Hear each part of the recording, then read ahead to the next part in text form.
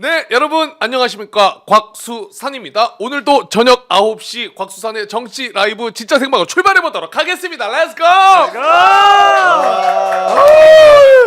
해내 진짜. 자, 아니 저희가 뭐 화면으로 나가곤 있었습니다만은 뭐 방송 전에 이런저런 사담을 나눴습니다. 그 중에 하나가 와 진짜 이제 여러분들의 마음을 좀 알 것 같아요. 뉴스가 조금 지치긴 하네. 지치긴 합니다. 워낙 뻘소리들을 많이 들으니까 하나하나 대응하는 것도 약간의 힘든 점이 없지 않아 있지만 이걸 이겨내고 오늘 있었던 이슈들 쫙 정리해드리고 같이 스트레스 해소 동참해 주시면 감사하겠습니다. 자, 수하 인사해주고 계시고 우리 수다리 누나님이 또 몸이 안 좋으셔가지고 아이고 뭐 검사를 많이 받으셨네요. 아유. 최대한 좀 건강관리 잘하시고 스트레스가 만병의 근원입니다. 건강관리 꼭 잘하시고요. 자, 가나다라님 수산이 귀여워 대단히 고맙습니다. 네, 죄송합니다. 스트레스를 또 드려버렸군요. 자, 바로 가보죠. 자, 함께 하시는 분들 소개해 보도록 하겠습니다. 먼저 목요일에 짝꿍 우리 박영실 평론가님 어서 오세요. 네, 안녕하세요. 반갑습니다. 형님 지쳐 진짜 뉴스. 지칩니다. 이거 이겨내야 되는데. 그러니까 이제 요즘 등장하는 이슈들이 사실은 이 반지성 시대에 우리가 살고 있는 거 아니겠는가? 반지성 시대고 확실히 상식과 합리와는 많이 어긋났는데 논란이라고 언론사들이 보도는 하는데 이게 논란될 가치가 있는 사안인가? 맞아. 라는 게 대목이 하나가 있고 두 번째로는 논란이라고 써놨는데 그 내용을 들어가 보니까 허위 사실인 경우도 있다. 너무 이러다 많아. 보니까 이거를 또 극우 유튜버들이나 이제 이런 사람들이 재생산하고 그거를 또 언론이 또 받아먹고 맞습니다. 이런 게 너무 지치는 것 같아요. 어디까지 상대를 해야 될지 잘 모르겠습니다. 네. 박지성의 시대에 살다가 우리가 반지성의 시대에 살줄 어때요? 제작진 감이 너무 없는데. 농담입니다. 자, 우리 박영식 평론가님과 함께 하고요. 그리고 오늘 또 초대 손님 모셨습니다. 오랜만에 연비가 굉장히 좋네요. 계속 주행하시다가 또 이제서야 또 주유하러 오셨는데요. 연비가 굉장히 좋습니다. 자, 우리 민주 파출 소장이시죠. 민주당의 김동아 의원 모십니다. 어서 오십시오. 의원님 왜 이렇게 오랜만에 오셨어요? 오랜만에 불렀나 저희가? 아주 오마이 TV 자주 나오고 있는데. 그래요? 그래요? 이거 정치 라이브. 정치 라이브 정치 오랜만에 라이브예요. 인사드립니다. 네. 반갑습니다 시청자 여러분. 네, 의원님 반갑습니다. 와주셔서 너무나 감사드리고 요즘 근황 좀 어떠시옵니까? 저도 지치지 않고 달리기 위해서 네. 열심히 달려가고 있습니다. 민주파출소도 지금 막 달려가고 있고요. 네. 근데 워낙 지금 나오는 뉴스부터 해서 정말 보기 싫은 뉴스와 이야기가 지금 터져 나오고 있는데 네. 꾹꾹 눌러담고 참아가면서 지금 허위 조작 정보를 수집해서 고발하는 역할 열심히 해 나가고 있습니다. 진짜 꼭 필요합니다. 요즘 허위 사실이 너무 많이 넘쳐가지고. 이거 뭐죠 이거? NH 쓰시는군요. 네. 301 0351 2230 51. Yep. 네, 국회의원 김동아 후원회. Thank you. 서대문구갑 국회의원 김동아 후원회. Thank you NH. 열심히 하겠습니다. 네, 고맙습니다. 여러분, 의원님 정말 최선을 다하고 계십니다. 그런데 사실 이 평시면 이것도 굉장히 정말 큰 역할이고 관심을 많이 받으시는데 요즘 이제 내란 진압이 워낙 우선시되다 보니까 아무래도 조금 노출되는 빈도가 적은 것 같아서 약간 속상함은 있습니다. 제가 활동에 비해서 너무 시간 다 써가시면서 노력해 주시잖아요, 솔직히. 그 아쉬움 있으십니까, 그런가요? 없으십니까? 아쉬움 전혀 없고요. 없어요? 그래요? 열심히 허위 조작 정보를 찾아내기 위해서 모니터를 뚫어져라 보고 있습니다 지금. 그러니까. 오늘은 그 변호인단도 좀 확대해서 저희가 고소고발을 즉각적으로 대응하기 위해서 좀 더 확대 개편해서 좀 한 10명 이상 되는 변호사님들도 지원해서 지금 함께 하고 있고요. 너무 지금 허위 조작 정보가 일상이 돼버려 가지고 우리 시민 여러분들마저도 좀 무감각해지는 것 같아요. 좀 그런 거 있어요. 현실 자체가 저는 너무 안타깝고 제대로 이 허위 조작 정보에 대한 뿌리를 뽑아야 되는데 네. 이 보면 국민의힘에서 너무 이것을 조장하고 유도하고 어떻게 보면 수괴로서 행동하고 있는 게 아닌가. 그렇죠. 좀 그런 부분에서 안타까움도 있지만 빨리 좀 윤석열 대통령이 탄핵이 돼서 우리나라가 좀 정상화돼야 되는 일을 위해서 저 역시도 좀 열심히 노력하고 있습니다. 맞습니다. 의원님이 아까 얘기해 주셨지만 이 허위 조작 가짜 뉴스들을 이제 워낙 많이 보시다 보니까 약간 후유증이 있으시다고요.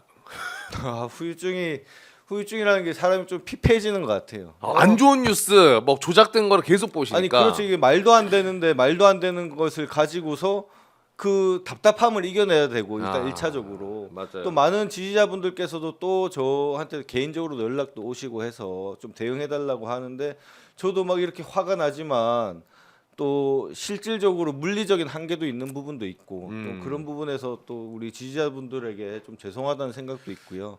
다만 최선을 다해서 저희가 지금 막아내기 위해서 열심히 달려가고 있습니다. 맞습니다. 그 지난번에 나와 주셔가지고 이야기하셨을 때보다 지금 인력이나 이런 거는 더 충원도 되고 아까 얘기해주신 네, 것처럼 지금 보강이 된 거죠. 꾸준히 하고 있고요. 제가 조금 하면서 어려움이 있는 게 이 가짜 뉴스를 대응하기 위해서 대응을 딱 준비를 해요. 그래서 네. 저희가 뭐 이런 대응을 하려고 발표를 하려고 하는데 또 다른 가짜 뉴스가 그걸 또 덮어버려. 나와. 맞아요. 확산의 속도가 어마어마하죠. 맞아요. 네. 무슨 뭐 초코 퍼지데이니에서 뭐 헌재를 뒤엎겠다 해서 저희가 좀 제대로 고소고발하고 지금 법리적으로도 다 수집하고 내용도 다 수집하고 있고 이렇게 해서 지금 준비를 하려고 하는데 또 뭐 문영배 재판관이 뭐 어쩌니 저쩌니부터 해서 저희가 하나하나 좀 볼 한도 텐데. 끝도 없이 지금 가짜 뉴스가 나오다 보니까 와. 이거는 지금 어디 커뮤니티에 그냥 익명으로 네티즌이 만든 겁니까 아니면 뭡니까 요거는? 이 부분은 어디 익명으로 올라와 있는 나온 게 거예요? 아니고 음란수계 문영배 행범방 네. 국민의힘 공식 블로그와 페이스북에 올라와 있는 웹자보입니다.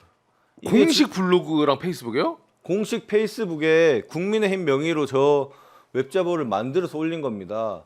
내용도 단독 문영배 행범방 활발 활동. 완전 가짜 뉴스를 지금 국민의힘에서 이렇게 퍼뜨리고 있는 지금 수괴로서 역할을 하고 있고요. 저 기사처럼 일부러 만든 거네. 기사 타이틀처럼. 네, 맞습니다. 그리고 재판 도중 저 빈자리 우리 지지자분들은 대충 다들 아실 거예요.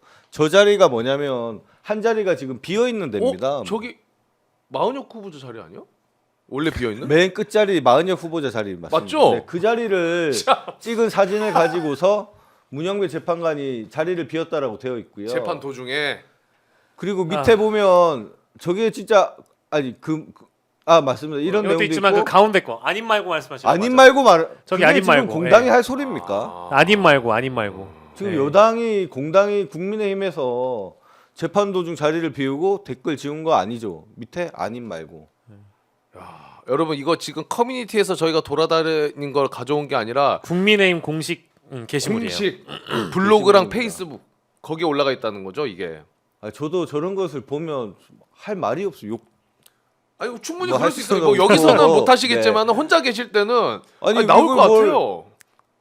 이런 것을 지금 방치하고 우리가 쳐다보고 있어야 되느냐. 네. 이게 지금 굉장히 심각한 게 저도 일단 어쨌든 헌법재판소장의 권한 대행을 맡고 있는 문영배 재판관 개인의 네.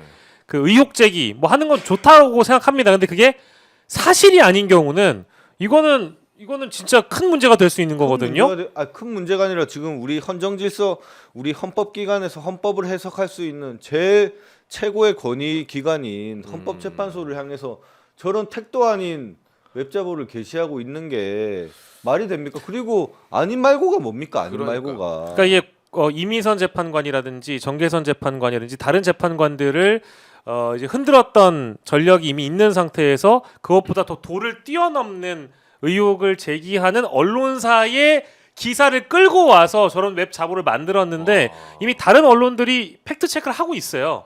근데 모 언론의 모 보수 인터넷 언론의 이 의혹 제기라는 것이 사실이 아니고 가짜 뉴스라는 게 지금 확인이 되고 있거든요. 네. 근데 그거를 근거로 해서 지금 국민의힘이 저런 웹 자보를 만들고 심지어 오늘 같은 경우에는 국민의힘 대변인이 논평을 하는데 이 커뮤니티에서 떠돌아다니는 글들을 근거로 해서 문영배 재판관 관련된 글을 해가지고 하는데 이 모 커뮤니티에는 사법부 최고 전엄도 거부하기 힘듦 여고생 땡땡은 못 참지라는 내용의 미성년자 와. 음란물이 그 카페에 게시가 돼 있는데 문영배 재판관이 해당 게시물에 직접 댓글까지 달았다고 주장을 했다가 요걸 삭제합니다. 요 해당 대목을 또 삭제해요. 논평한 것 중에 그걸 또 삭제를 해버리거든요. 그러니까 이제 확인해 보니까 이 사실이 아니라는 거예요. 저는 국민의힘이 지금 구구 집단에 그냥 포섭된 것 같습니다. 그러니까요. 무슨 보수니 무슨 정통 보수니 말도 안 되는 소리라고 생각하고요. 이게 단순한 정치적인 구호가 아니라 국민의힘을 해체하는 게 법리적으로나 우리 사회 해학적으로 보나 우리 대한민국을 위해서는 시급한 과제라고 생각합니다. 지금 윤석열 대통령 탄핵뿐만 아니라 저런 것을 버젓이 게시하는 당이 그게 있을 수가 있습니까? 그러니까요. 그럼요. 아니 지금 이런 이슈가 그 문영배 그 재판관의 뭐 고교동창 카페 관련 인터넷 카페 관련해 가지고 나오는 건데 방금 박영식 평론가께서 얘기해 주신 거는 문영배 재판관이 뭐 댓글 단 거는 심지어 뭐 그런 거에 달린 게 아니라 전혀 상관없는 게시글에 달린 댓글을 이렇게 막 합성해 가지고 이렇게 돌더라고요. 끝말잇기 방이라는 데가 있고 네. 유머 방이라는 데가 있는데 저 방이라고 또 얘기하니까 이게 또 오해하실 분이 계신데 네. 그 게시판. 동창 카페에 게시판에 카테고리가 있잖아요. 맞아요. 그 이 해당 음란물들이 올라온 게 유머 방이랍니다. 근데 문영배 재판관이 댓글을 단 곳은 다른 방이랍니다. 네. 그리고 그 음란물이 올라온 걸 문영배가 올린 게 아니랍니다. 이거를 그러니까 뭐 반박하고 있어야 되니까 짜증 나는 나도 거야. 이게 좀 짜증이 나는 게요. 처음에 이 언론사에서 보도했을 때 이게 뭐야? 막 단독 보도해가지고 보도를 내밀잖아요. 내밀면 조선일보일걸? 이게 예를 들어서 곽수산을 타겟으로 보도를 하려면 곽수산이 한 행위, 곽수산이 한 행동을 가지고 문제를 삼아야 되는데 곽수산이 가입한 동창 카페에 동창이 아주 오랜 기간부터 반복적으로 음란물을 올려왔는데 그걸 왜 방치했느냐라는 식의 문제 제기로 출발을 하더라고요. 그리고 심지어 그 음란물에 댓글을 달았냐? 그게 아니라 다른 게시판에 댓글을 단 걸 가지고 왜 동일한 시기에 음란물들이 올라온 거를 문영배 네가 알았을 가능성이 있다. 그러니 넌 문제야. 라고 지적을 하고 있는 거죠. 그러니까 이게 지금 경찰에서 수사에는 착수했다고 하는데 이러니까 극우 익명의 지지자들은 문영배 재판관 번호까지 카페에서 어떻게 알아내가지고 문자 폭탄 보내고 그러고 있죠. 비방하고 지금 그러고 있는 상황이거든요.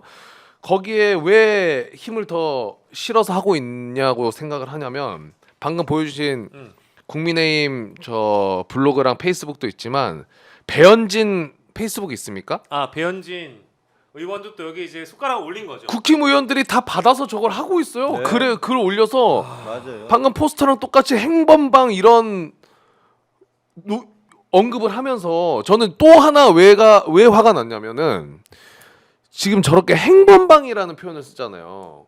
그런데 악의적이죠. 너무 악의적입니다. 이 엠번방 사태 때문에 피해자들 이거 오래된 일 N번방이랑 아닙니다. 비교할 게 그게 말이 됩니까? 박사방, N번방. 그러니까요. 그거 정말 심각한 우리 사회에 해악을 끼친 그 미성년자에 대해서 그런 건데 그것을 본인 동창회 게시판에 본인이 들어가 봤는지 안 들어봤는지도 모르는 그런 게시판에 그 음란물이 조금 올라와 있다라고 해서 당연히 그 부분 잘못된 거죠. 잘못된 건데 그것을 문영배 재판관한테 뒤집어 씌우고 한다는 것은 말이 안 되죠. 그럼 텔레그램 사용한 사람들은 다 N번방에 다 접촉할 수가 있었었는데 텔레그램 사용한 사람들은 전부 다 그걸 방치한 죄가 됩니까? 그러니까요. 말도 안 되는 논리 비약이고 그런 것을 정치인들이 저렇게 대놓고 한다는 게 정말 심각한 수준입니다. 지금 그러니까 이제 이게 글이 2009년에 일단 올라온 것부터 시작해가지고 12년 뭐 11년 다 찾아가지고 댓글을 그러니까요. 달았던 시기를 특정을 했는데 중요한 건 그 댓글이 그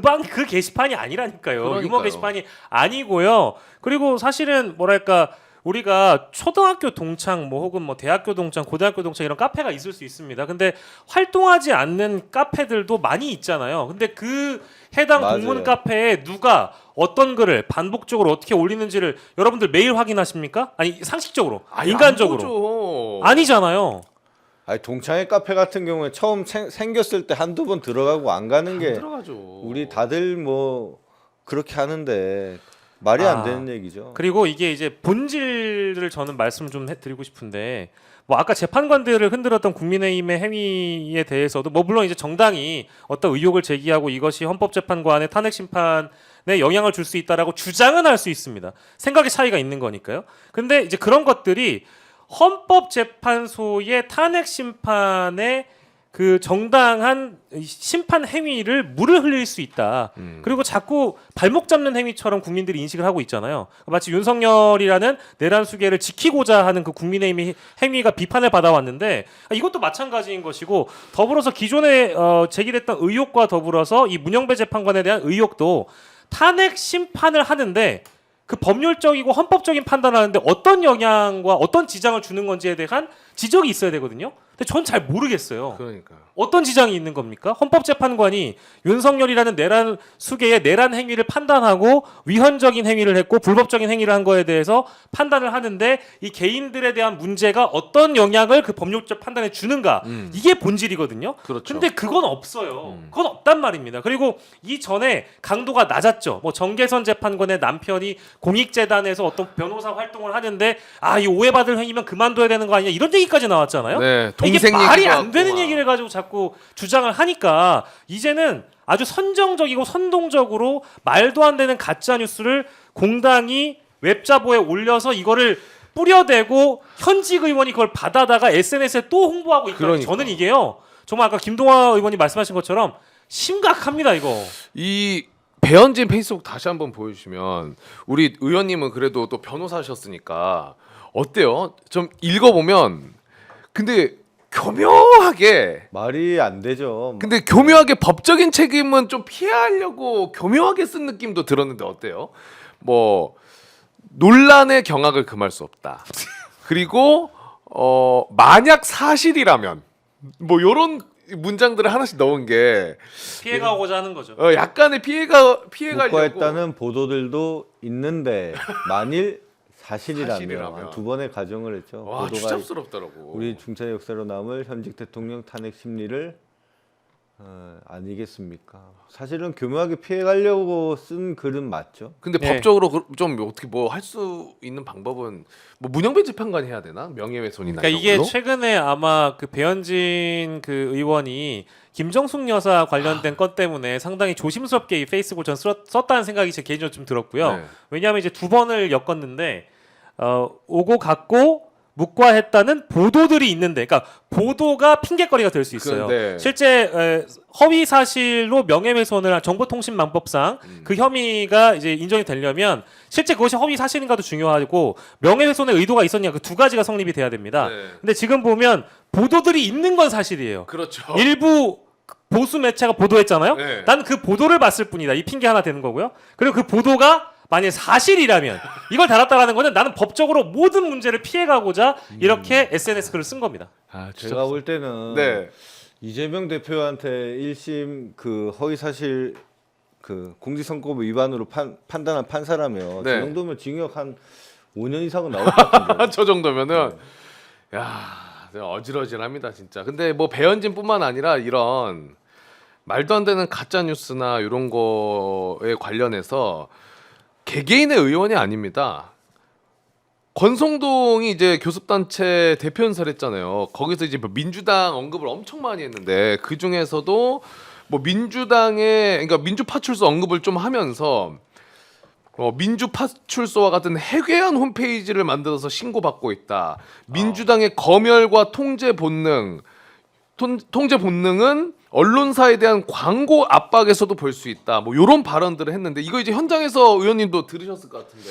저는 지금 국민의힘이 거의 뭐 정신줄을 놓고 있는 게 아닌가 그렇게 생각합니다. 모든 의원들이 나와서 지금 뭐 내란 세력이 민주당이니 뭐 민주파출소가 어쩌니 이렇게 하는데 지금 모든 국민들은 다 알고 있지 않습니까? 지금 뭐 우리가 지금 다 눈으로 목격하고 말도 안 되는 허위 사실 이렇게 올라가 보고 있는데 그건 뭐 별로 뭐 들을 가치가 없는 주장이라 생각하고요. 특히나 민주파출소가 무슨 공무원을 사칭했다라고 하는데 그러니까 저희가 민주파출소라고 하면 패러디한 것으로 우리 일반 상식이라면 그렇게 보지 않습니까? 그렇죠. 그게 무슨 공무원 사칭이 될 것이며 공무원 사칭죄가 또 되기 위해서는 실제 그 공무원의 직위를 행사해야 됩니다. 저희가 경찰 복장을 입고 사람들을 신문하든지 검문하든지 이런 게 있어야 되는데 그런 그러니까요. 것도 없이 홈페이지 하나 개설한 걸 가지고서 저렇게 겁내는 게 아닌가 싶고 또 한편으로는 국민의힘의 항상 그랬지 않습니까? 네이버 기사가 어쩌고 저쩌고 뭐 MBC가 어쩌고 저쩌고 KBS 가짜뉴스가 어쩌고 저쩌고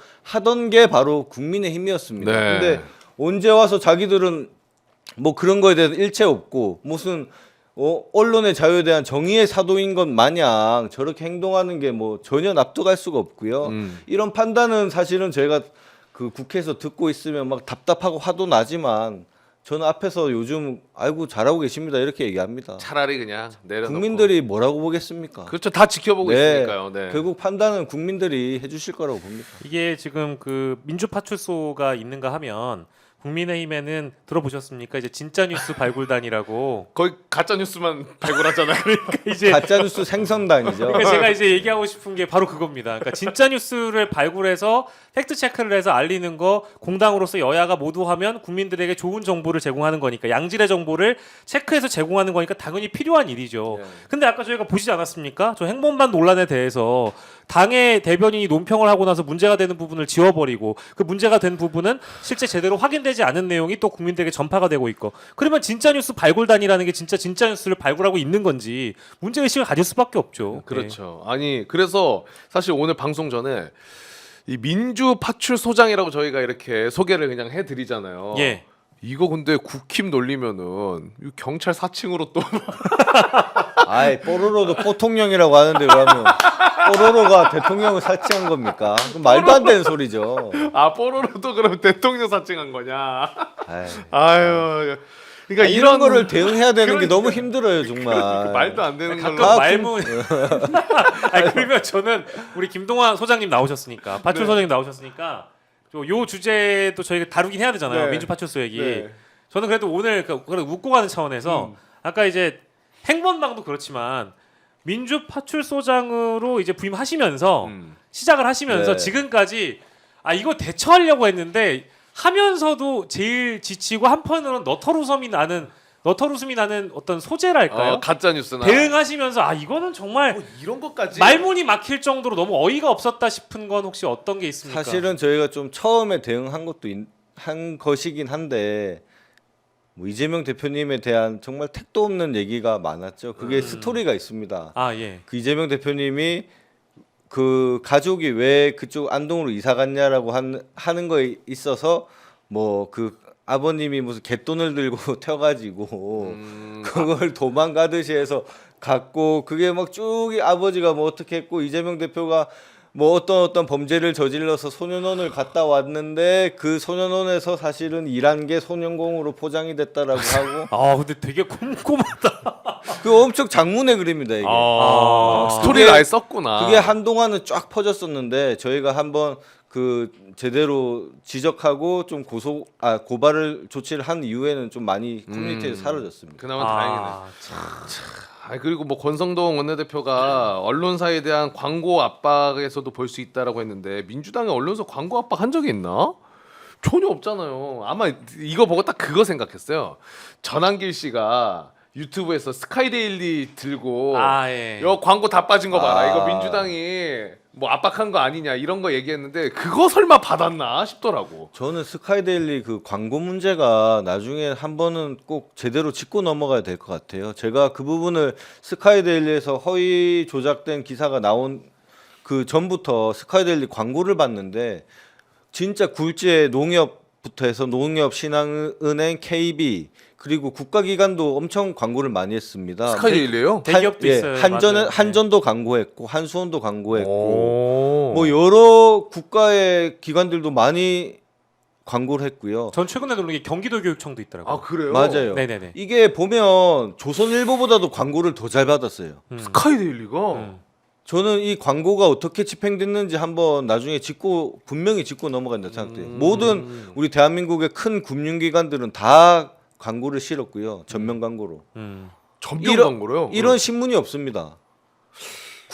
뭐 중앙일보가 됐든 조선일보가 됐든 약간 뭐 찌라시 같은 광고 네. 아니면 무슨 뭐 옷 뭐 온열레이 뭐 이런 광고도 한두 개씩 올라오잖아요. 있죠, 있죠. 그런 것도 없습니다. 다 제약회사, 금융회사, 은행 그리고 공공기관 이런 광고들로 꽉꽉 채워져 있는데 이 부분은 한 번은 저희가 지금 워낙 내란 사태 때문에 이렇게 정신없이 흘러가고 있지만 네.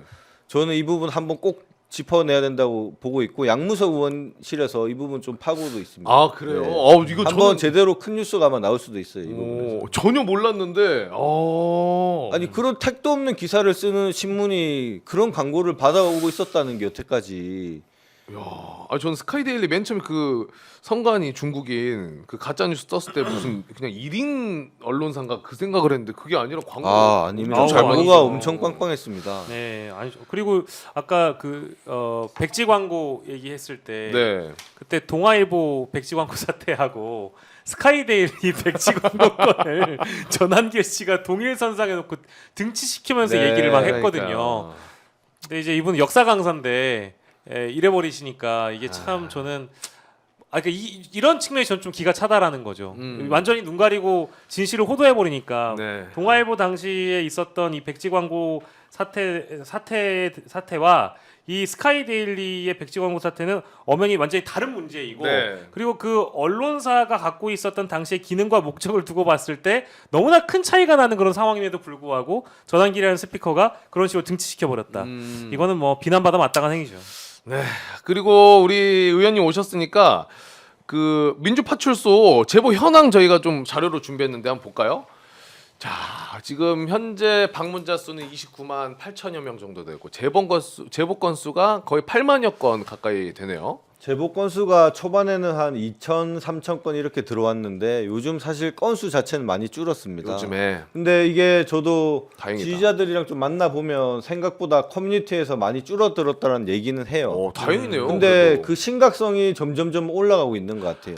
예전에는 좀 택도 없는 가짜 뉴스가 막 그냥 온라인에서 아무 통제 없이 막 퍼져나가고 있었는데 지금은 정말 뭐 아까 보면 뭐 문영배 재판관에 대한 그런 가짜 뉴스라든지 아니면 진짜 살인 예고글이라든지 이런 좀 심각한 내용 수준의 글들이 많이 올라오고 있습니다. 지금 제보가. 농도가 너무 짙어지고 위험한 맞아요. 것들로. 네. 그러니까 뭐 다양하게 뭐 말도 안 되는 가짜 뉴스는 줄었지만은. 맞습니다. 네.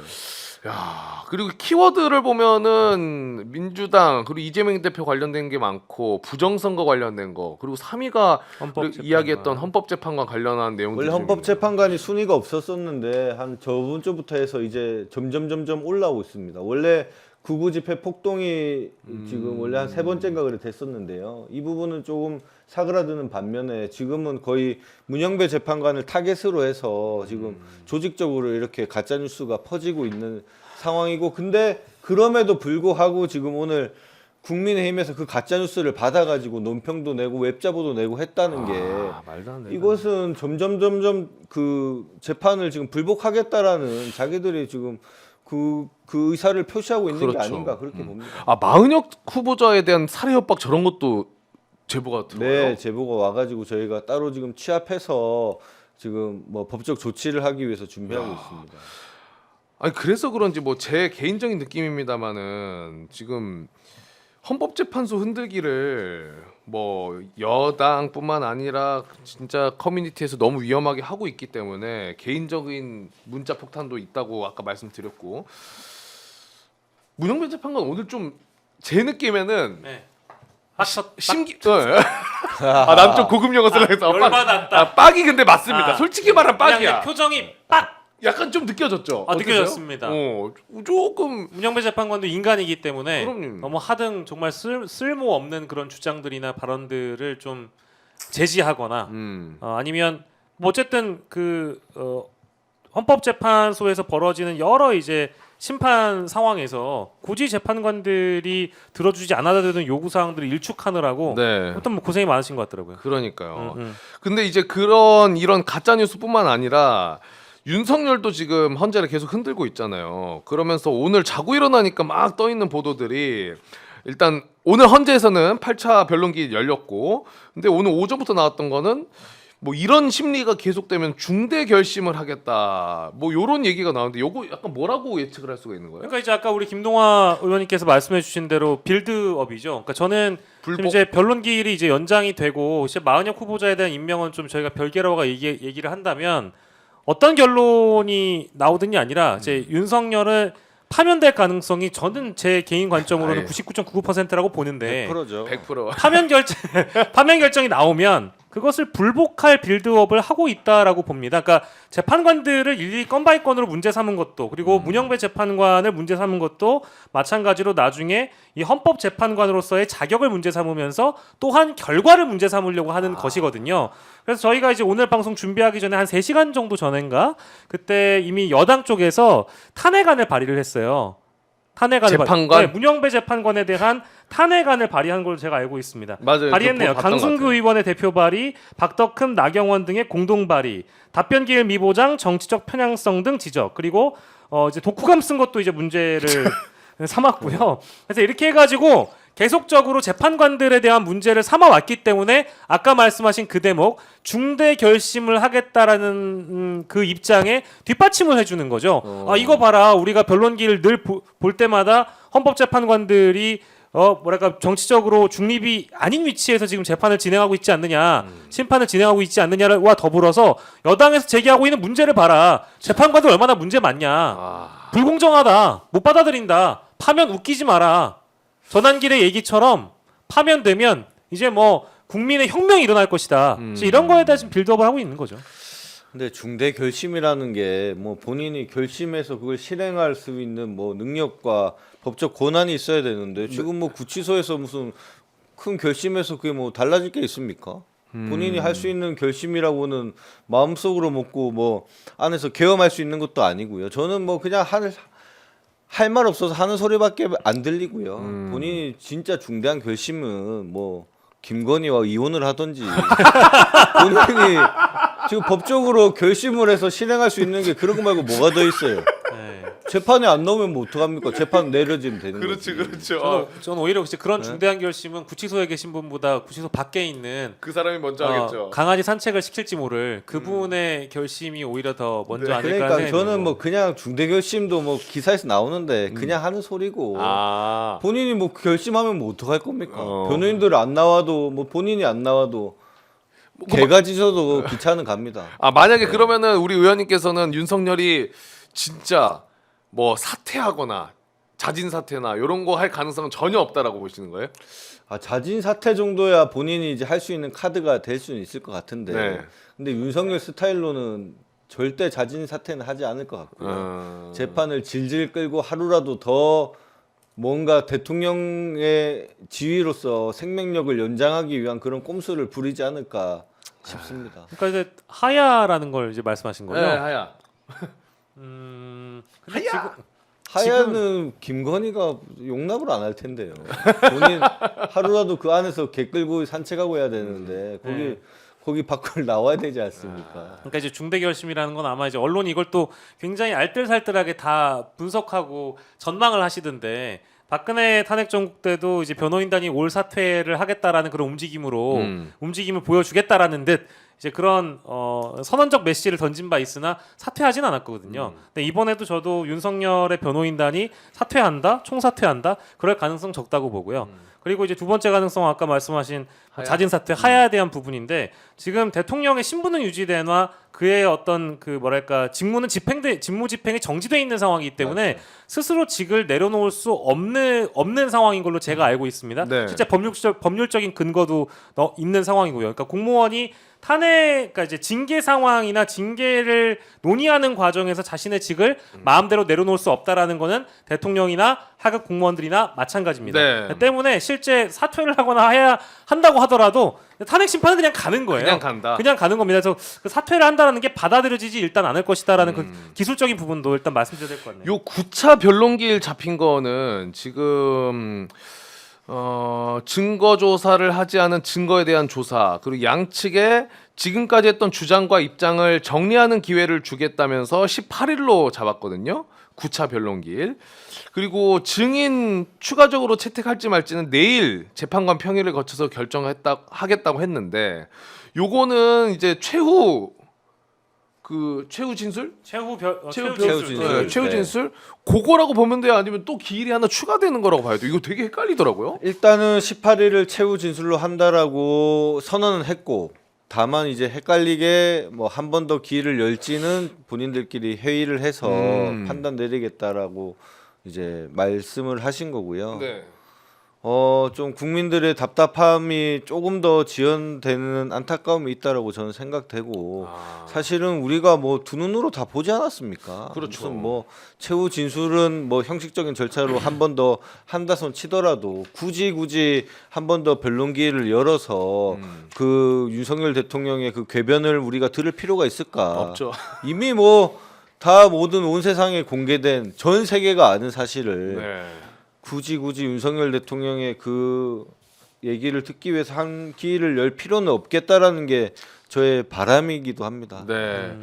근데 이게 이제 아까 잠깐 언급했던 마은혁 후보자에 대한 임명권 요게 이제 남아 있긴 한데 만약에 권한쟁의 심판 선고가 일찌감치 내려지고 이 마은혁 후보자를 임명해야 된다는 결론이 헌재에서 내려지면 최상목 권한대행이 그거 그냥 따르면 되거든요. 그렇죠. 근데 그냥 실제 따라 버리게 되면 조금 아이러니한 게 8인에서 9인 체제로 완성은 되지만 이게 재판관이 추가가 되는 문제가 있기 때문에 뭐 하나 또 하나 이제 더 해야 되죠. 뭐 헌법재판소법 갱신 절차를 해야 될 수도 있죠. 변론 갱신이라는 걸 해서 아마 마은혁 후보자가 이 심판에 좀 참여할 수 있는 기일을 또 더 늘려야 됩니다. 그래서 아마 일주일 내지는 변론 기일 한 3회 정도가 더 맥시멈으로 보면 더 늘어날 가능성도 있어서 지금 굉장히 제일 빠른 일정의 경우에는 뭐 여러 전망들이 나옵니다만 2월 13일 목요일에 8차 최종 변론을 하고 그리고 오늘? 그러니까 네. 만약 이제 최종 변론을 오늘 만약에 하게 된다라고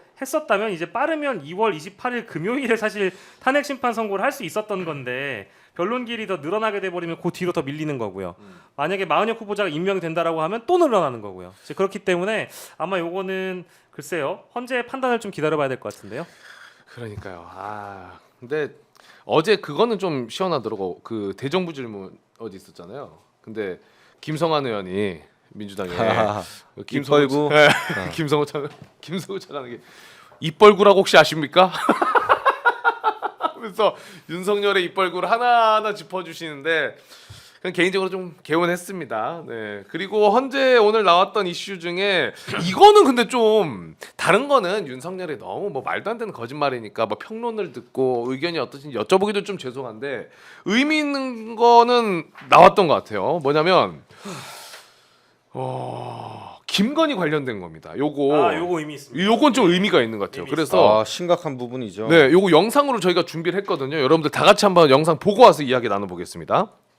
계엄 전날인 12월 2일 날 대통령 영부인으로부터 문자를 2통 받아요. 그런 내역이 있습니다. 그리고 그날은 답장을 못하고 그 다음날 증인이 답장을 보냈어요. 그건 무슨 내용인지 기억나십니까? 글쎄요, 금방 기억이 잘 안 납니다. 그런 내용을 이 민감한 시기에 주고받았다는 걸로 누가 의심을 하면 어떻게 답변하시겠어요? 결국 뭐가 남아 있으면 그걸 보시면 판단이 되지 않을까 싶습니다. 예. 근데 지금 증인은 남아 있는 것도 없는데 의심을 하셨잖아요.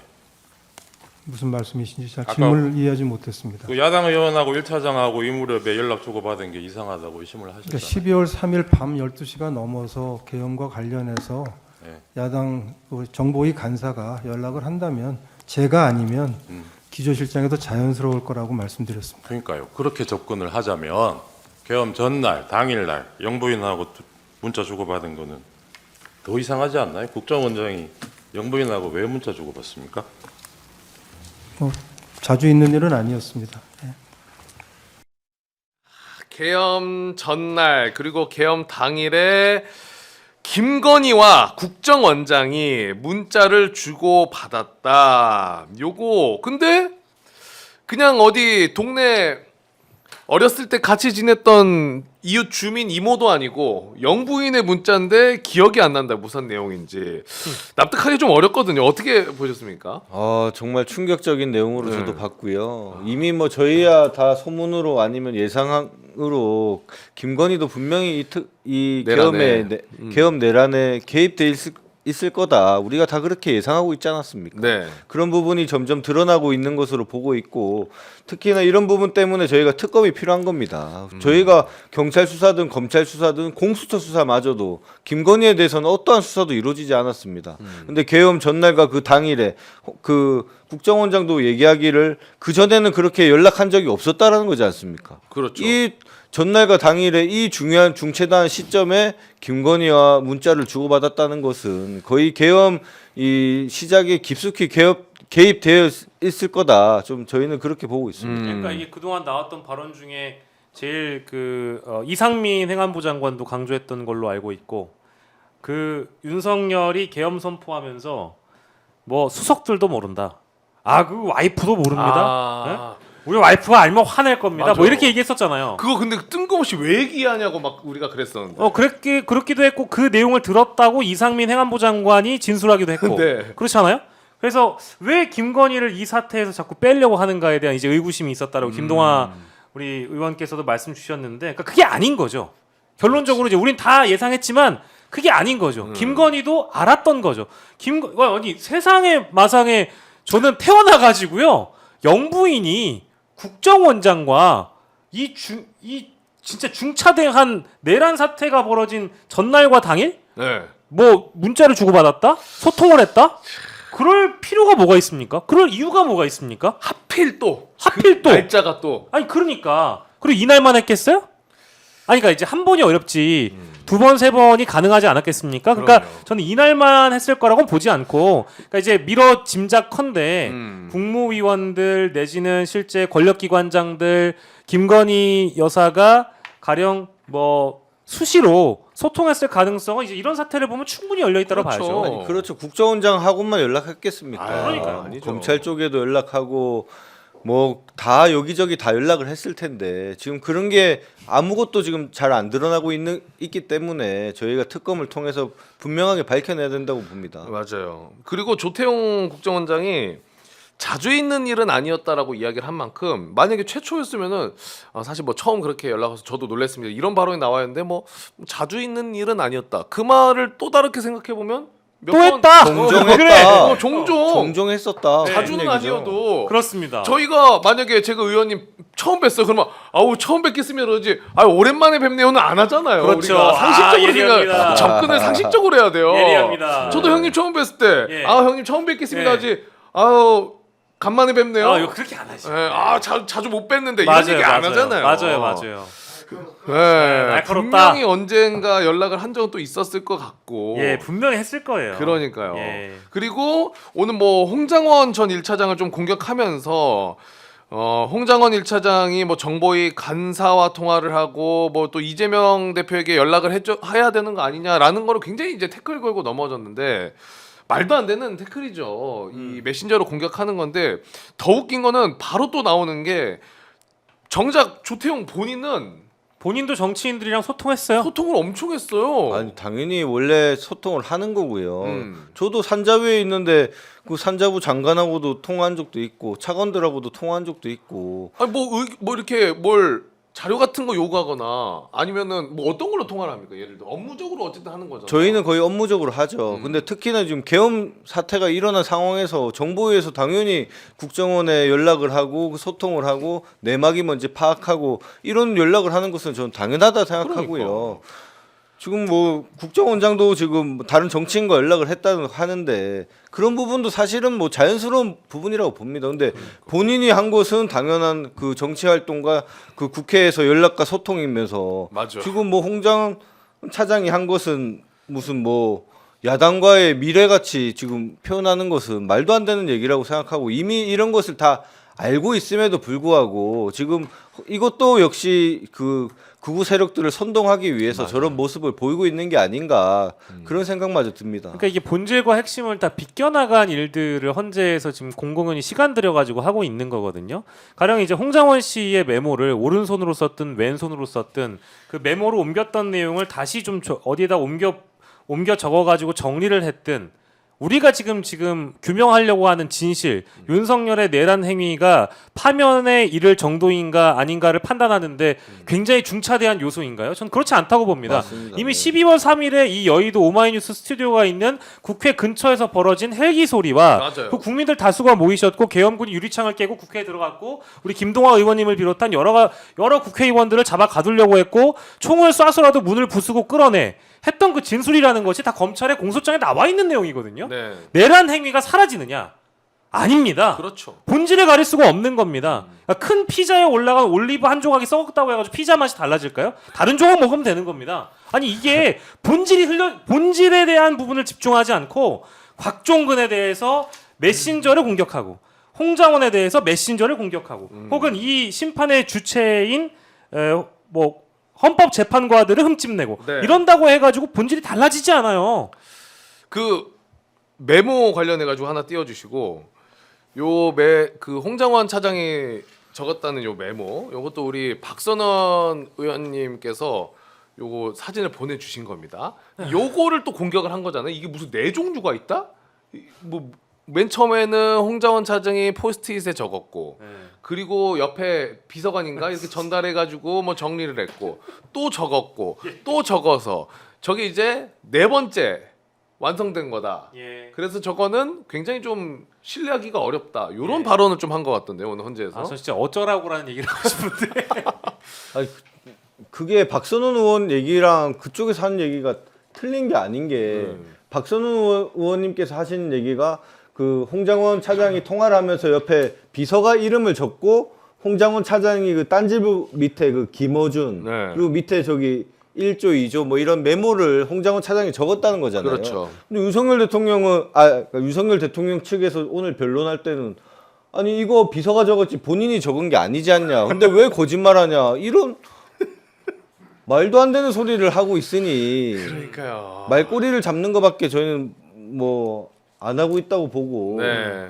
이게 아까 말씀하신 것처럼 정말 본질은 이미 계엄 사태와 내란 사태가 일어난 건데 이것을 뭐 비서가 적었니 본인이 적었니 옆에서 듣고 적었니 아니면 말해줘서 적었니 아무런 본질과 상관없는 부분을 가지고서 시간을 끌고 있는 거고 여론을 선동하고 있다고 밖에 보이지 않습니다. 그러니까 이게 이제 이런 인물들에 대해서 민주당 의원들이나 민주당 측과의 어떤 연관 관계를 자꾸 부각시켜서 네. 민주당과 같이 놀아나는 거 아니냐 아니면 민주당이 회유한 거 아니냐 이런 식으로 얘기를 하고 있는데 그러니까 이건 핵심은 우리가 그 12월 3일에 긴박한 순간에 벌어졌던 모든 일에 대해서 어떠한 워딩이든지 어떤 그 순간에 있었던 여러 가지 상황들에 대해서 인간의 기억은 틀릴 수도 있는 겁니다. 근데 그 그렇죠. 일부의 사실관계가 오류가 있었다고 해서 전체적인 맥락이나 방향, 내용이 달라지질 않아요. 제가 얘기하지 않습니까? 그 일부의 사실관계가 전체 이 내란 행위나 윤석열의 내란을 덮을 수가 없다라니까요. 그 일부의 오류가. 네.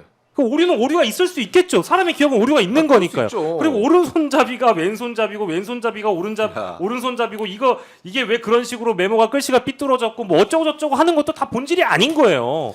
아, 다시 이거 얘기하다 보니까 점점 이제 스팀이 오르네요.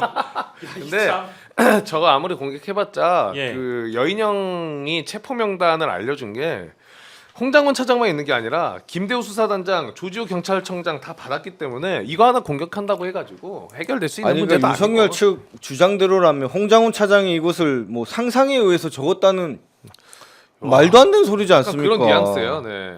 지금 근데 이미 뭐 이재명 대표, 우원식 의장, 한동훈 대표, 김민석 최고위원 다 지금 이미 드러난 사실이고 김어준 대표 그 딴지일보 앞에 군인들이 찾아가가지고 그렇죠. 여론조사 꽃 앞에. 네. 그 잡아내려고 다 한 게 CCTV에 다 목격됐는데 그럼 홍장원 차장은 아 계엄이 나면 이 사람들을 찾아가고 군인들이 딴지일보 앞에 갈 테니까 그런 예상을 하고 예측을 하고 상상 속에서 이 메모를 만들어냈다는 것은 있을 수가 없는 일인데 그렇죠. 네. 지금 어떤 주장을 하고 있는지조차 이해가 되질 않습니다. 그러니까 이게 홍장원 닥터 스트레인지설이라고 해서 무슨 뭐 모든 거를 다 알만한 사람이 미리 예견하고 이거 메모한 겁니까? 그러니까 그게 안 되거든요. 그건 누가 불러줬기 때문에 이것을 한 건데. 맞습니다. 아, 어쨌든 지칩니다. 근데 오늘 헌재에서 다행히 진실이 하나 나온 건 있어서 좀 그래도 숨통 트였습니다. 진실된 증언이 하나 나온 거는 윤석열이 저도 반주를 즐긴 편이다라고 이야기를 했는데 그때 그 요거만큼은 조금 팩트로 가는구나. 예. 반주를 즐긴다는 거는 확실하게 인정을 했다. 그 반주를 즐긴다라는 걸 인정을 하면서도 팩트가 아닌 걸 또 얘기했죠. 뭐죠? 제가 기억력이 매우 좋습니다. 제 기억을 잘합니다. 그러니까. 네? 근데 그 지금까지 왜 그랬어요? 모든 변론 기일에서 왜 검찰 공소장과 배치되는 진술을 하며 네. 그 증언, 진술들, 그 핵심 관련자들, 그 계엄 지휘부들 이 사람들과 왜 말이 다릅니까? 아니 그 기억력 좋다고 하면서 그거 하나 바로 걸렸잖아요. 네. 그 요원. 아니요 그 국정원장한테 아, 그치. 전화해서 공소장과 다르지. 어디 계시냐?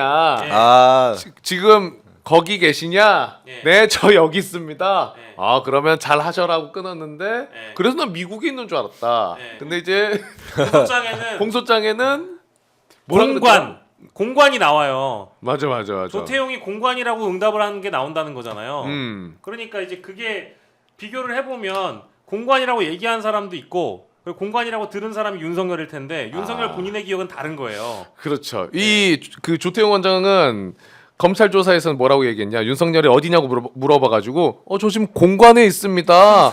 그 골드버그 대사랑 송별 반찬했어요. 이러니까 윤석열이 그 미국 안 가세요? 그래서 저 내일 가는데요? 라고 이미 통화로 이야기를 했다 나는. 이라고 진술을 했고 오늘 헌재에서도 김영두 재판관이 이거 물어봐가지고 맞다고 이야기를 하더라고요. 그러니까 바로 이제 거짓말이 바로바로 걸리는 거죠. 그러면서 무슨 기억력이 좋습니까? 아유 됐다 이제 헌재. 아 근데 저희가 심각한 문제가 지금 네. 계엄을 이렇게 우리가 두 눈으로 다 목격을 하고 했기 때문에 윤석열의 이런 얘기가 거짓말인 것을 우리가 아는 거지. 맞아요. 사실은 계엄이 시도가 안 되고 시도되기 전에 포착이 돼서 밝혀졌다. 근데 윤석열이 이 거짓말 우리가 과연 밝힐 수가 있었을까요? 지금 이 계엄이라는 이 사태와 내란 사태 때문에 윤석열이 이렇게 거짓말쟁이라는 것을 우리가 알고 있지.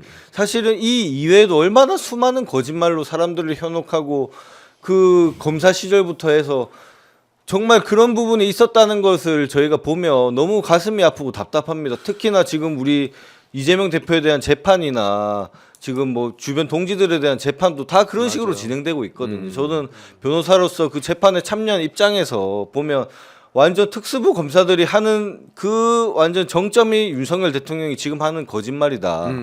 그리고 다행히 정말 천만다행히 그 계엄과 내란 사태를 우리가 이렇게 막았기 때문에 윤석열의 이렇게 거짓말을 하고 있는 모습을 우리가 생중계로 볼 수 있지 않을까 그런 생각입니다. 맞아요. 진짜 헌재 영상이 저렇게 풀려서 우리가 보는 거지. 맞습니다. 안 그랬으면은 야 저렇게 막 뻔뻔하게 거짓말을 그냥 하네를 어떻게 받겠어요. 그래서 의원님이 얘기해 주신 거 저도 공감하는 게 뭐 이제 다른 방송에서도 얘기했지만은 윤석열이 검사 때 얼마나 맞습니다. 약간 뭐 네. 무섭다고 해야 될까요?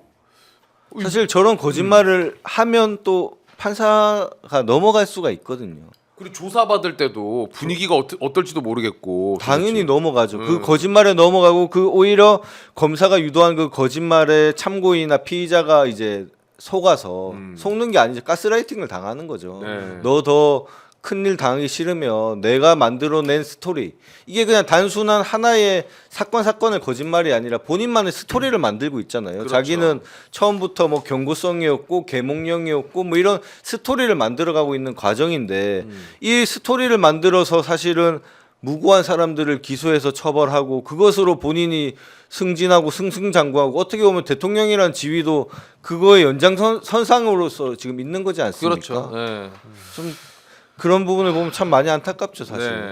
근데 뭐 이제 변론기일이 뭐 일단 하루 연장되긴 했습니다만 그 이후의 일정은 모르겠지만 저는 맨 처음에는 이제 헌법재판소에서 탄핵 심판 변론을 윤석열이 이제 참석한다고 했을 때 사실 이게 그 극우 세력의 선동 차원에서는 이게 좋지 않다.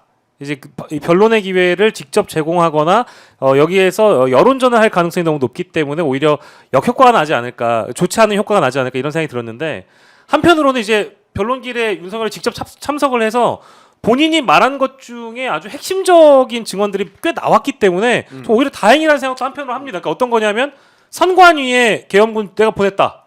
그거 일단 자기 입으로 튀어나왔죠.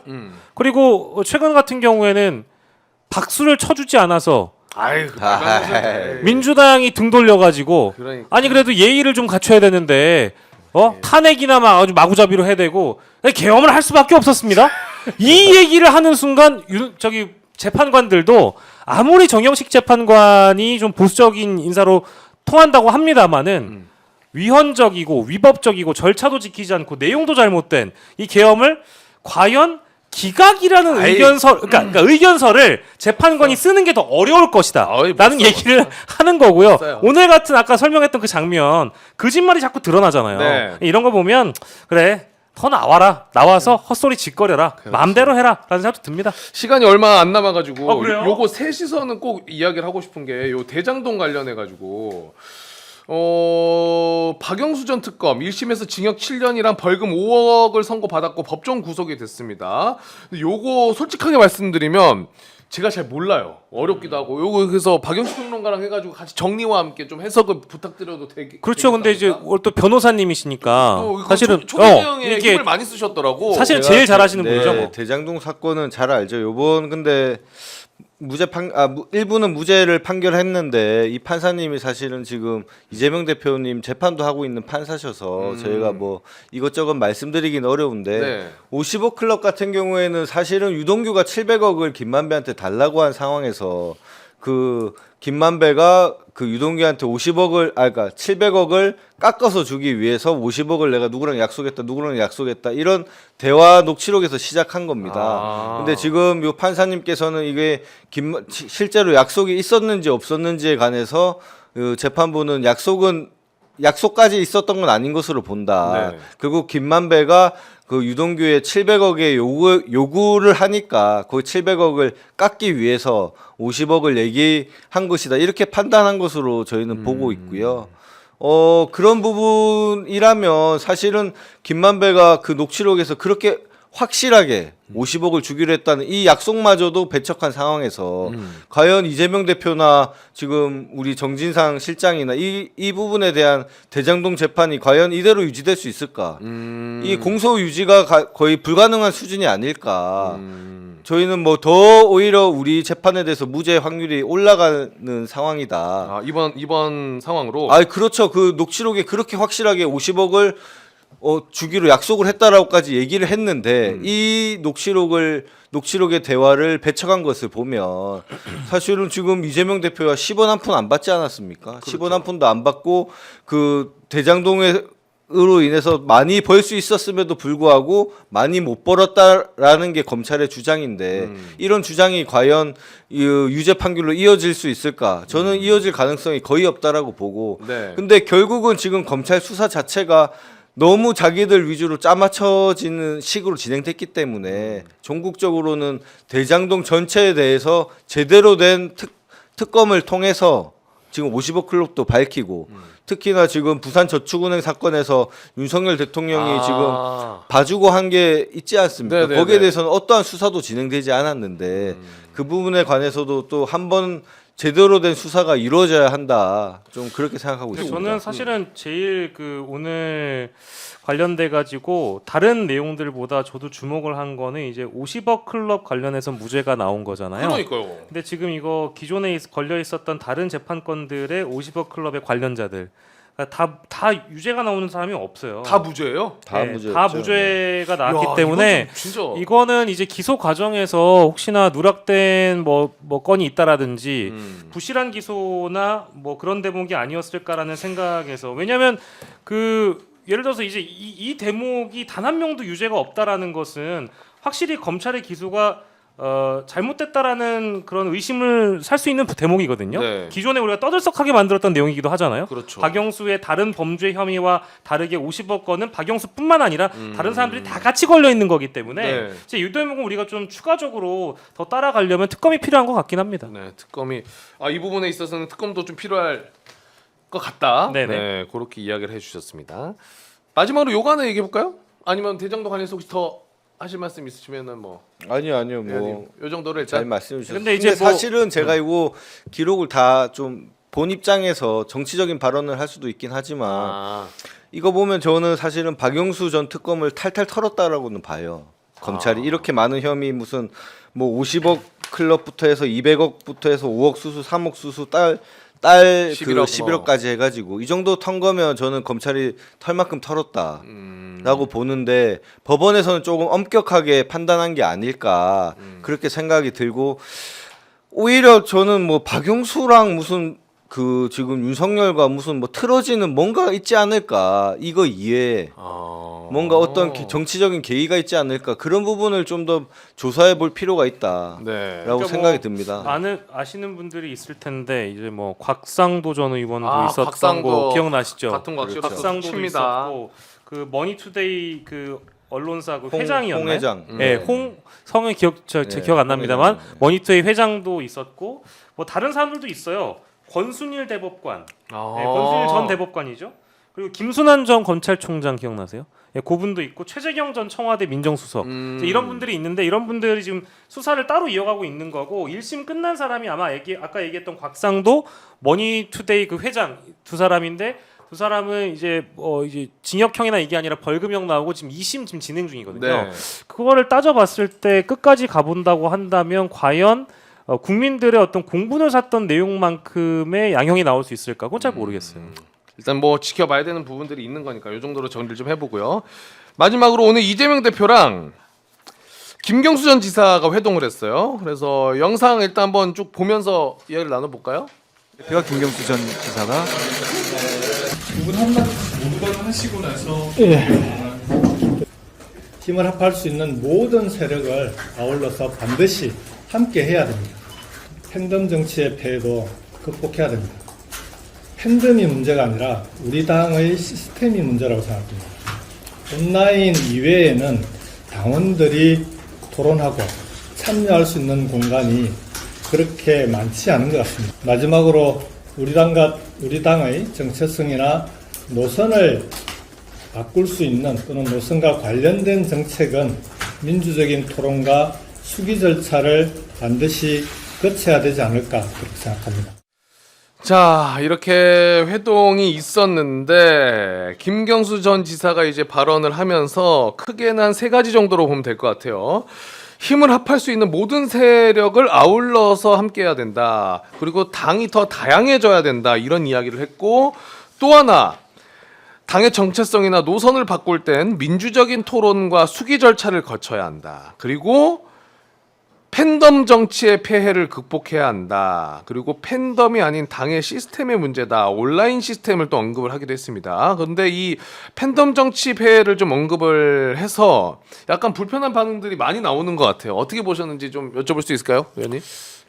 저는 김경수 지사가 그래도 좀 큰 역할을 큰 그릇으로 좀 역할을 해줬으면 좋겠다라는 생각이 예전부터 있었었어요. 네. 워낙 이낙연 전 대표나 이런 측에서 너무 이재명 대표를 비난하고 있는 상황에서 본인이 좀 이렇게 국내로 와서 좀 그릇 크게 우리 이재명 대표랑 같이 차분하게. 힘을 합치면 얼마나 좋을까 이런 생각을 했었는데 첫 메시지부터가 사과부터 하라는 것이고. 맞아요. 근데 오늘은 이재명 대표랑 김경수 지사랑 이렇게 함께 했기 때문에 제가 개별적으로 얘기 드리는 건 좀 부적절할 것 같기도 한데 다만 좀 미래지향적으로 얘기를 했으면 좋겠습니다. 지금 언제적 팬덤 정치 얘기를 또 끌고 와서 지금 이렇게 이재명 대표가 처음 만나는 자리에서 저런 얘기를 하는 게 좀 안타깝다는 생각도 들고요. 네. 특히나 팬덤 이런 것은 말하는 사람은 거의 본인의 팬덤이 없기 때문에 그런 말을 하는 거지 않습니까? 근데 그런 얘기가 실제로 많이 있습니다.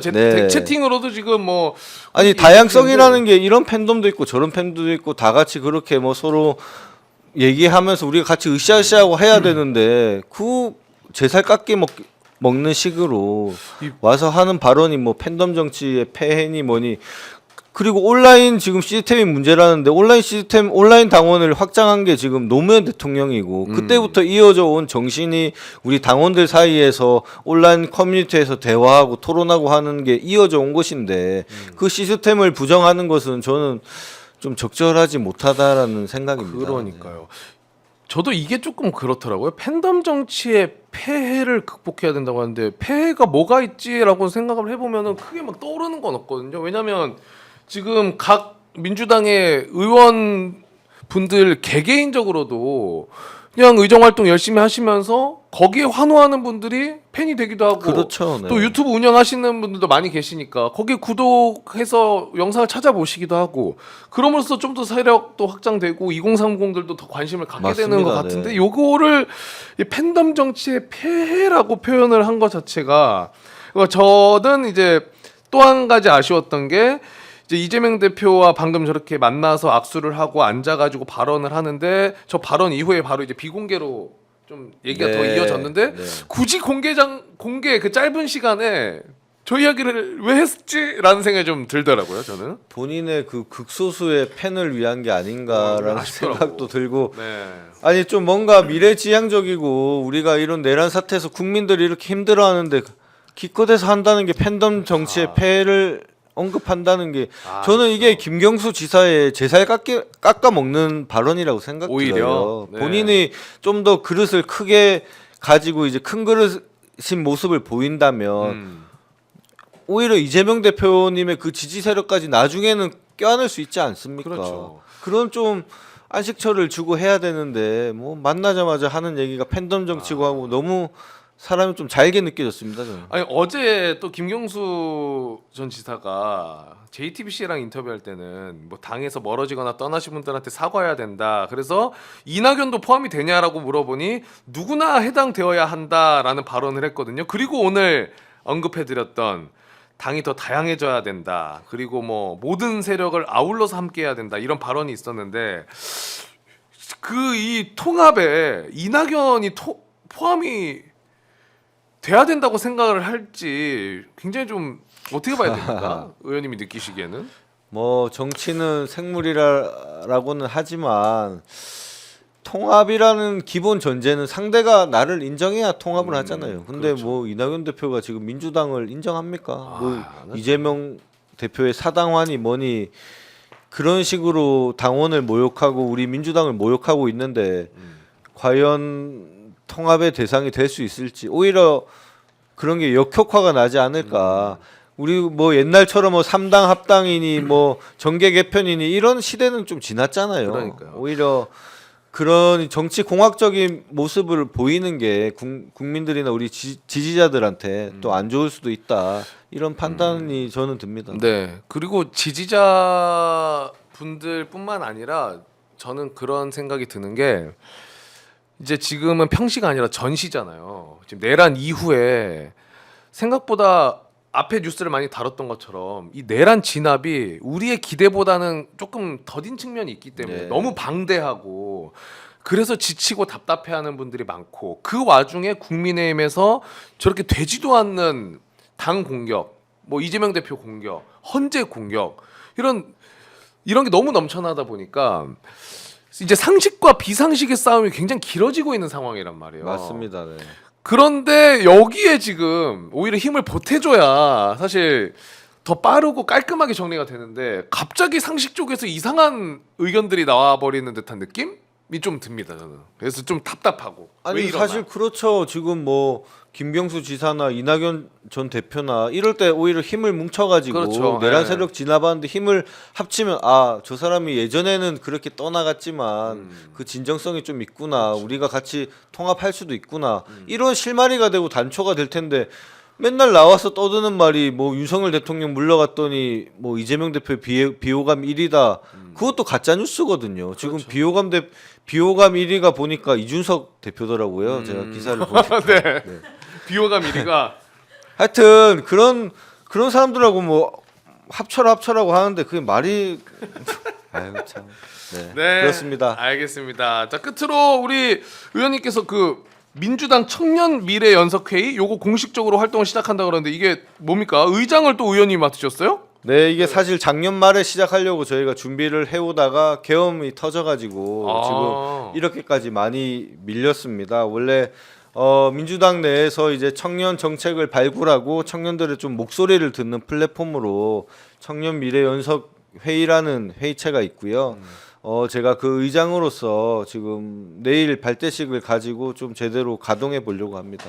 발대식 가지고 그러면 본격적으로 어떤 행동을 구체적으로 어떻게 이어가는 거예요? 지금 민주당 내에서 지금 청년위원회가 있고 거기는 이제 조직과 청년들 당원들 대상으로 한 조직이고 네. 저희 청년미래연석회의 같은 경우에는 청년 정책을 발굴하는 그리고 청년 정책에 대한 대안을 제시하는 이런 플랫폼이라고 생각하시면 됩니다. 그래서 저희가 당장 우리가 무슨 뭐 토론을 통해서 이게 청년 정책이야 이렇게 발표하기보다는 많은 청년들을 좀 만나가면서 현장의 목소리도 좀 듣고 그런 목소리를 통해서 우리가 청년들에 대한 새로운 희망도 제시하고 새로운 좀 정책을 발굴해서 제안하려고 하고 있습니다. 이거 굉장히 좋습니다. 진짜. 네. 저는 매우 공감하는 게 왜냐면 젊은 정치 이거 저는 굉장히 뭐랄까요 실망 많이 했거든요. 네. 이번 내란 사태 때. 그리고 이준석 의원도 뭐 젊은 정치인이라고 하지만은 하는 행태 자체가 굉장히 안 좋은 것만 그렇죠. 많이 배워서 하는 것 같고 또 하나 이 뭐 탄핵 우리가 좀 잊혀졌지만은 탄핵 첫 표결 때 안 들어왔지 않습니까? 모두가 퇴장한 그리고 나름 아, 보수 네. 나름 보수에서 젊은 정치 한다고 가 있는 뭐 김용태, 김재석 김재석. 뭐 포함해서 그래서 이거 젊은 정치, 청년 정치 이건 진짜 어렵다. 결국에 들어가면 썩는구나, 고여버리는구나 이 생각을 했는데 이런 활동을 또 해주신다고 하니까 진짜 저는 진심으로 응원하겠습니다, 의원님. 진짜 네. 이거 열심히 물 하겠습니다. 고이면 안 돼요 정치가. 젊은층이 나중에는 이거 어떻게 될지 모릅니다. 예. 저는 부탁드릴게요. 그래 생각해요.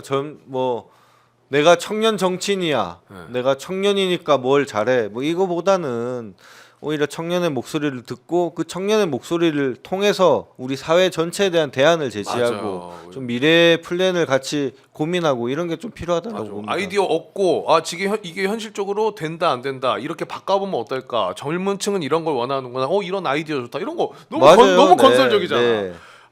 이거 전 진짜 잘 됐으면 좋겠다. 그렇게 하겠습니다. 민주당 청년 미래 연석회의 맞죠? 네. 그리고 이 연석회의 의장이 이제 김동아 의원님이 맡으신 거고 청년들의 이야기를 더 많이 듣고 또 정책까지 발굴해가는 과정을 이제 시작하신다고 합니다. 자, 오늘 이런저런 이야기 많이 나눠봤고 우리 김동아 의원님 또 그래도 지금 힘을 쏟고 계신 것 중에 하나가 이제 민주파출소이기 때문에 이거 언제까지 운영이 계속 된다고 봐야 돼요? 일단은 내란 종식까지가 아. 그 윤석열 탄핵 결정, 파면 결정이 1차고요. 네. 그 다음에는 뭐 또 어떤 역할을 하지 않을까 그렇게 생각됩니다. 어차피 뭐 기간을 언제까지만 해야지 정해두고 하신 게 아니라 네. 상황이 좀 정리가 되고 안정화되면은 그때는 자연스럽게 이제 없어도 그렇죠. 되는 분위기가 되는 네. 거니까. 네, 여러분 이거 NH 보이나? 풀샷 한번 짝. 피님 빨리. 자 마무리하도록 할 텐데요. 자, 아이고 뭐야 이거? 아유 NH, 아이고 우리 김동아 의원님 정말 최선을 다하고 계십니다. 지금 제가 아까 살짝 여쭤봤는데 우리 오마이 TV가 힘을 좀 실어 주셔야 될 것 같아요. 자, 그래도 열심히 하겠습니다. 네, 정말 열심히 하시고 최선을 다해주고 계시니까 우리 김동아 의원 힘내라고 많은 후원 부탁드리도록 하겠습니다. 자, 그럼 오늘 저는 우리 의원님과 함께 인사 나누고요. 내일 저녁 9시에 또 찾아뵙도록 하겠습니다. 오늘도 함께해 주신 여러분 대단히 감사드리고 내일 뵙겠습니다. 의원님 고맙습니다. 감사합니다.